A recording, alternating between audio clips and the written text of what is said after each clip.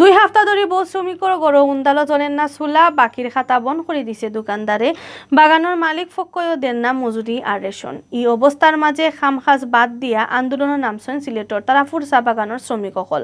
3 দিন ধরে তারা যাইরা না ফাতা তোলাত আটকাইয়া রাখা বেতন না পাওয়া পর্যন্ত তারা খামো না যাওয়ার এলান দিছেন। আর বাগানের মালিক ফকয় কইরা ব্যাংক তাকে ঋণ না পাওয়ায় তারা শ্রমিক অকলর বেতন দিতে পারা না।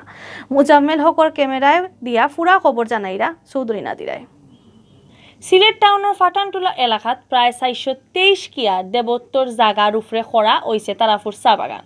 1990 ইংরেজি জাল জুফরা করিয়া ই জাগার মালিক হই গেছলা সিলেটের নাম করা ব্যবসায়ী রাখিব আলী। এর বাদে ই জাগা লইয়া মামলা হয়। 2016 ইংরেজি জাগার দখল আচ্ছাড়া হয়েছে রাখিব আলী। বাগানের দায়িত্ব পাইছেন দেবত্তর সম্পত্তি সেবায়ত পঙ্কজ গুপ্ত।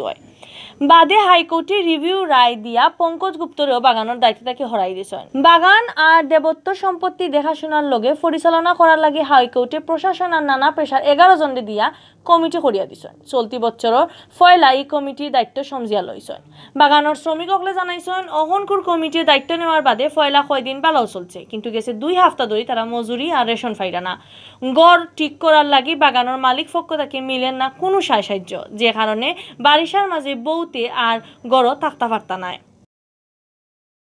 এরা কোনো সুযোগ সুবিধা দিচ্ছে না লেবারদের, শ্রমিকরা অনাহারে মরতেছে, ঘরবাড়ি নাই, ঘরবাড়ির কোনো মেরামত করতেছে না এবং বিভিন্ন দুর্দশার মাঝে লেবার শ্রমিক সবগুলোই আর কি খুব দুর্গতিতে আছে। শ্রমিক হলে কইরা অতদিন তারা ফারার দোকান থেকে বাজার বাকি আনছেন, কিন্তু গেছে 2 সপ্তাহ ধরে টেকা না দেওয়ায় দোকানদারেও আর বাকি দেন না। এর লাগি বউতর পরিবারে খাইয়া না খাইয়া আসেন। বেমারি শ্রমিক হলোর ঔষধ দোয়াইও বন হয়ে গেছে। এর বাদেও শ্রমিক পক্ষয় বাকি বেতন আর রেশন দিরা না। শ্রমিকরা কাজ করছে প্রায় 2 সপ্তাহ থেকে বেতন দিচ্ছে না। শ্রমিকরা আমরা অনেক কিছু বলছি, এর বাদে আপনার ঘর বাড়ির সমস্যা, বেতন রেশন দিচ্ছে না। এবারে মানুষের একবার খুব কষ্টের মাঝে আছে। এই বিগত আজকে 2 সপ্তাহ আমরা মজুরির বেতন এগুলো আমরা পাচ্ছি না এবং আমাদের বিগত 2 বছর 19-20-এর আমাদের এরিয়ার টাকাগুলো আমরা পাচ্ছি না এবং আমাদের ঘর বাড়ির সমস্যা, ঘর ভাঙ্গা, এরপরে ওষুধপত্র আমরা পাচ্ছি না ঠিক মতো। এই অবস্থার মাঝে গেছে বৃহস্পতিবার তাকে বাগানের শ্রমিকসকল আন্দোলন করাত ফটো নামছেন। তারা মানববন্ধন আর বিক্ষোভ করিয়া ডিসির কাছে চিঠি দিছেন আর লগে ওদিন তাকেও বাগানের খাম বন্ধ করছেন। ফাওনা বেতন না পাইলে তারা বাগানের খামও যাইতা নাই। শ্রমিকসকলে খাম বন্ধ রাখায় বাগানের ক্ষতি ওর করে জানাইছেন মালিক পক্ষয়। তা ঋণ মহাজন দিমু, কোনটা খাইতাম, কোনটা দিয়া আমরা চলমু, বাচ্চা কাচ্চা নিয়ে লেখাপড়া করাইমু, এই পয়সাটা আমাদের হয় নাই। চা শ্রমিক নেতা হলে কইরা শ্রমিক হলে খাম করিয়া মজুরি পান না, তারার কয়েক বছরের বাতাও বন্ধ। মজুরি চাওয়াত গেলে বর্তমান বাগান পরিচালনা কমিটিয়ে কইন ব্যাংকে ঋণ দেন না। বাতা লইয়া আগর আর অনকুর মালিকর পক্ষর মাঝে চলে ঠেলাঠেলি।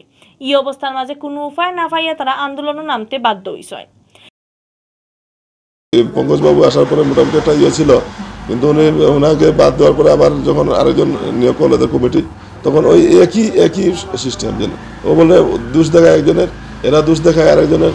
আমরা কোথায় যাব? আমরা তো শ্রমিক মানুষ, কাজ করবো, বেতন পাবো।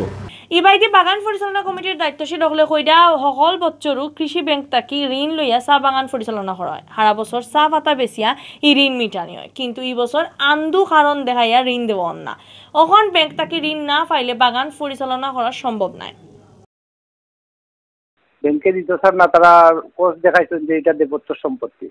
দ্বিতীয় কোর্স দেখাইছেন যে আমরা ভূমি উন্নয়ন কর দিলাম না। আমরা পূর্বে যে সেবাইটা পঙ্কজ গুপ্ত তান্ডেও তারা লোন দিয়ে আইছেন 2020 সালে, মানে তাই যখন এবার এই দায়িত্বটা পাইছেন পাওয়ার পর থেকেও কৃষি ব্যাংকে তান্ডে লোন দিয়ে আইছে।